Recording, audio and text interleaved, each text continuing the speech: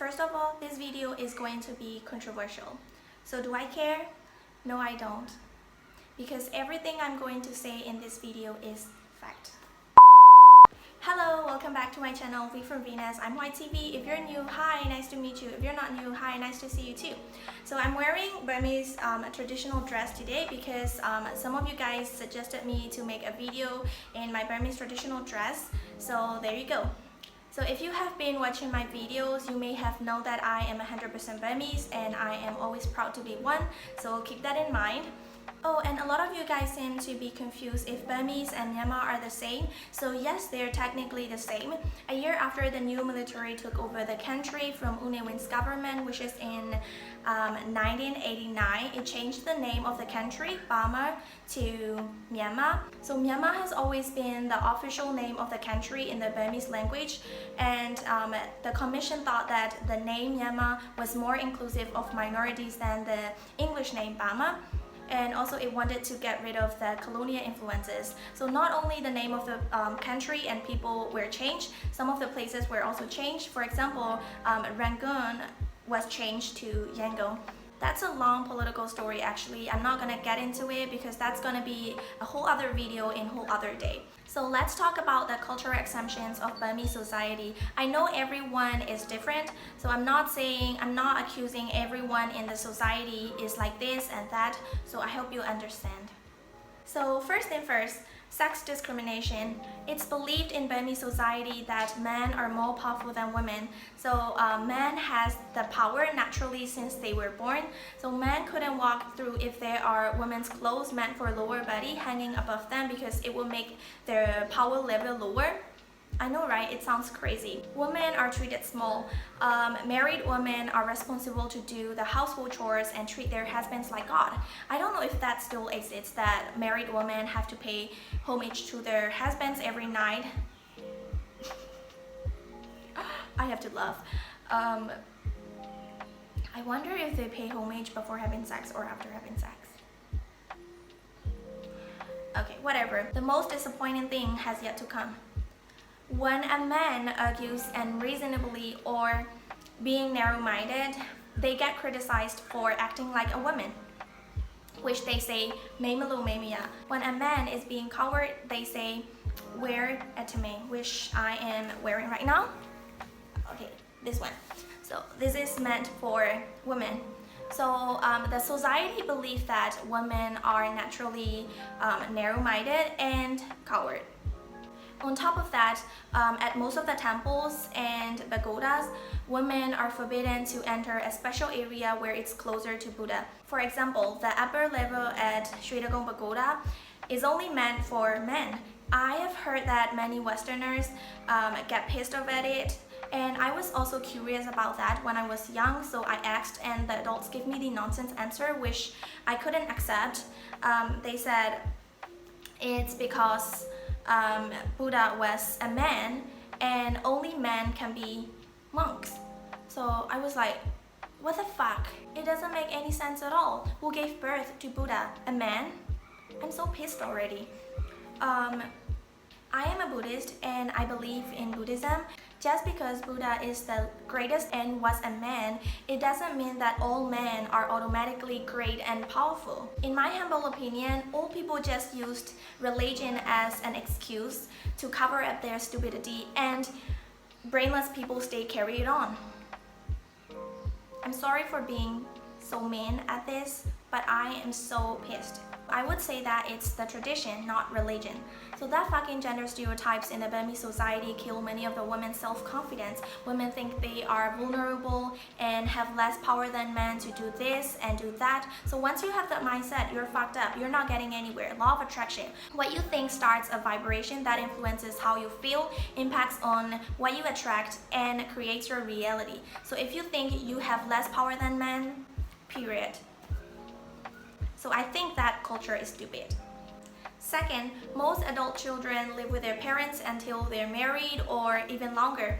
So most Burmese families have 2 or 3 children, and traditionally several generations and extended family members continue to live together in the same household. I think this kind of extended family structure leads to cheaper standards of living.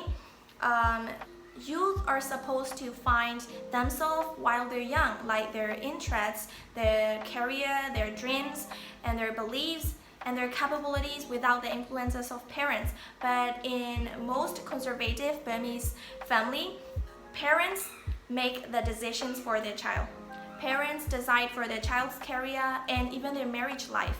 So they are more dependent on their parents, both financially and emotionally. So I would say, in my humble opinion, people who live with their parents until they get old are weak in personality and close-minded. They have this trouble thinking. They can't think out of the box. Their parents are always there to correct their mistakes. They haven't experienced life yet. So once they get job and start earning, they support their parents back. And when they get married, men support their family and women take care of the household chores. So their life is boring. I'm glad that my parents are not conservative. They let me live my life. They believe in me. They never interfere in my life decision. I have been living apart from my parents since I was 18.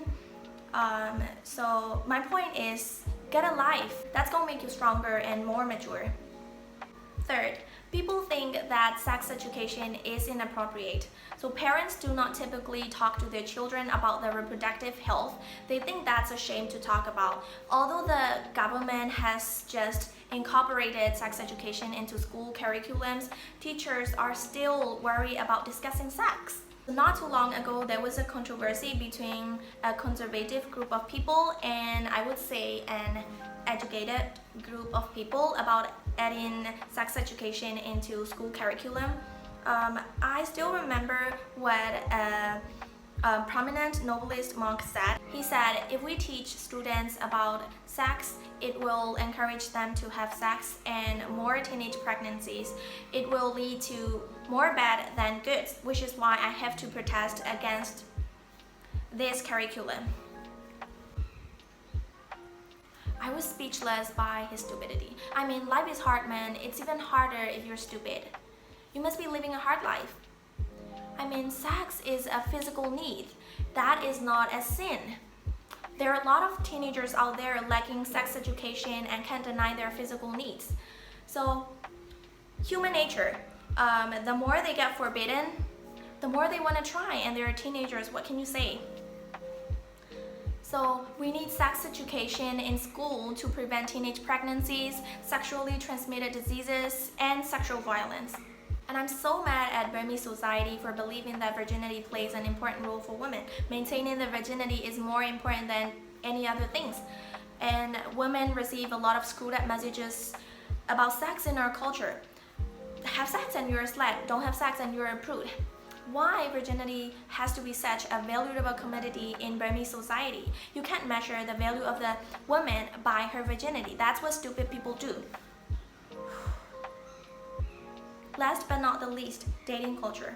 99% of the Burmese people get confused like and love. And I am that 1% of people and I'm so proud of it. So I'll break it down into step by step.